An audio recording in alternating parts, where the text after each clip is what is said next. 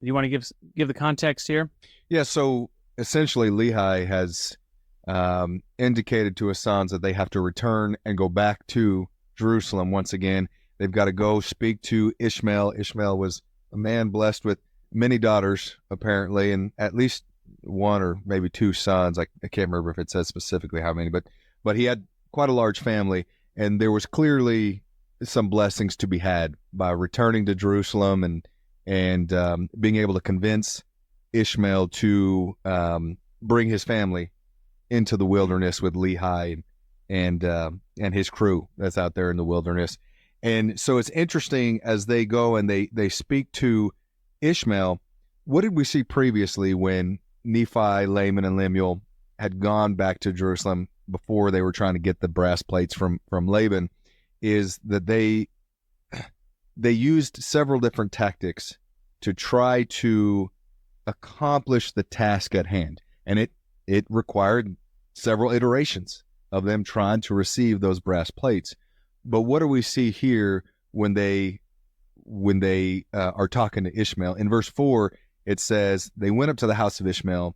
They did gain favor in the sight of Ishmael, insomuch that we did speak unto him the words of the Lord.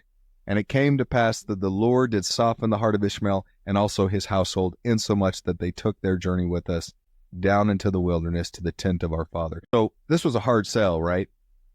You're going to somebody who's living in Jerusalem, probably has a pretty good life, probably doing pretty well for themselves, and you had to convince them to come out into the middle of nowhere, into the desert, into the wilderness, to do what? Well, they weren't exactly sure, other than this idea that there may be a land of promise somewhere in the future with very little details to fill in the gaps there.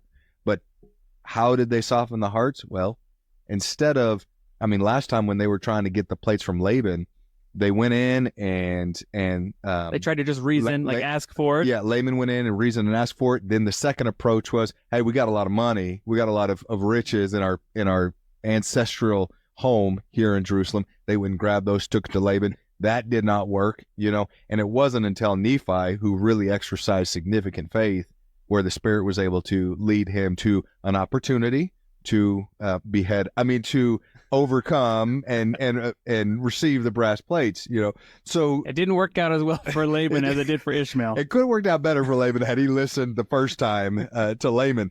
But in any case, we do see here that their approach this time was a little bit more refined. Well, they learned from their experience. Yes, that's exactly right. They were still empowered and emboldened by Nephi's success. Mm-hmm. That they realized that when you rely on the Lord and follow the Spirit, that's the better way. Yeah, and it works. Thank you for watching. If you found this content spiritually enlightening, please like, comment, and subscribe. Like the gospel, these little things make all the difference, and it helps the algorithm push out better content for everyone to enjoy on YouTube.